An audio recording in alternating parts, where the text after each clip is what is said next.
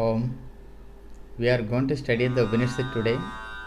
It is great pleasure that we have decided to meditate on Upanishad here. Every Indian should know the Upanishads. The Upanishads bring our life to a sublime level. That knowledge is the kind that brings ultimate happiness. Before entering to the Upanishads, one should know its background of the Upanishads. The background of the Upanishads is the Vedas. India's culture is firmly rooted in the Vedas, the most ancient of all the Vedic scriptures. In the early days, the scriptures, Veda hymns were scattered without any provision. Therefore, it was Rishi Vyasa who codified the Veda hymns into 4 phases. It is known as Rigveda, Yajurveda, Samaveda, and Atharvaveda. You know that. Each Veda has 4 parts known as Samhitas, Brahmanas, Aranyakas, and Upanishads. The mantras in the Samhita are prayers to the god, means heavenly gods. The Vedic mantras were recited to please the heavenly gods. What is the purpose of it? Its purpose is to fulfill their desires. This part of the Vedas are known as mantra or samhitas. The Brahmanas teach in details how to perform Agnihotras.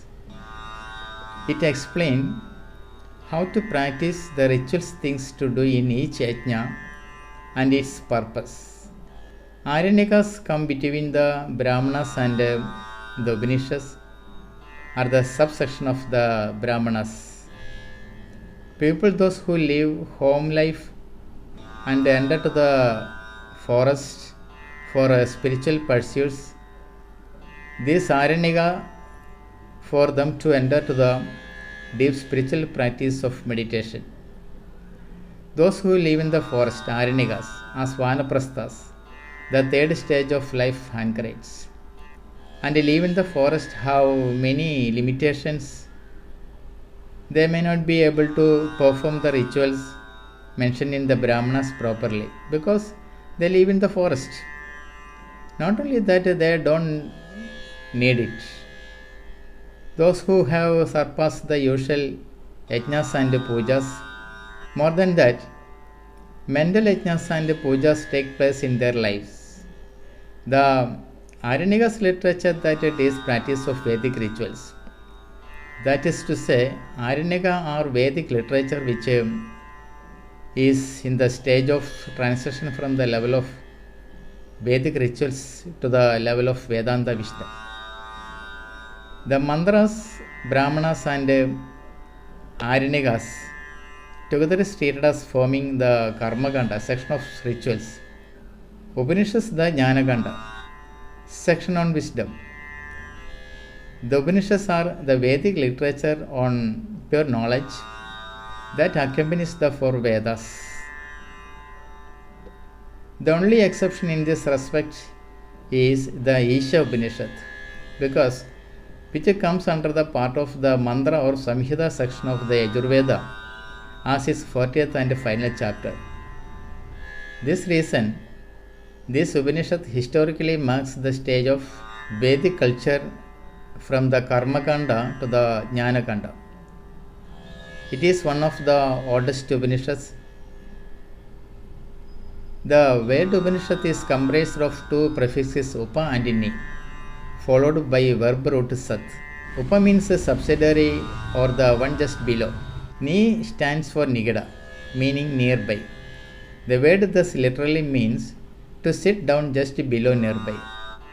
The Upanishad seeks to reveal the secret nature of the inner enlightenment of the Guru. The seekers have to receive this wisdom by sitting at the feet of the Guru. Such a Guru should be a Jnani and a lovable. Guru and Shishya is sitting together for a noble purpose, means to transfer the great knowledge. Such a situation is known as Upanishad.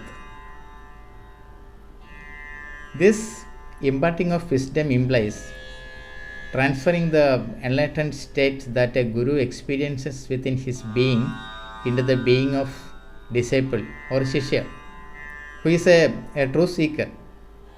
The process of wisdom transference necessarily requires an intimate bipolarity called participation between the two, means guru and shishya.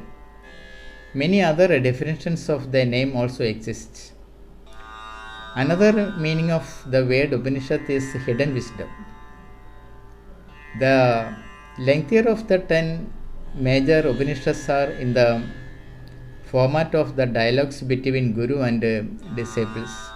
Though the Kena Upanishad is very short, also a dialogue, it does not mention the name of the Guru and the disciple in the Kena Upanishad. Only the questions and the answers are given. Answers alone are displayed in the two shortest Upanishads, Isha and Mandukya. The questions are being taken for granted. All the Upanishads teach really one and the same wisdom, Brahmavidya. Brahmavidya is a science of absolute. Atmavidya is a science of self. But each Upanishad does it in a different way.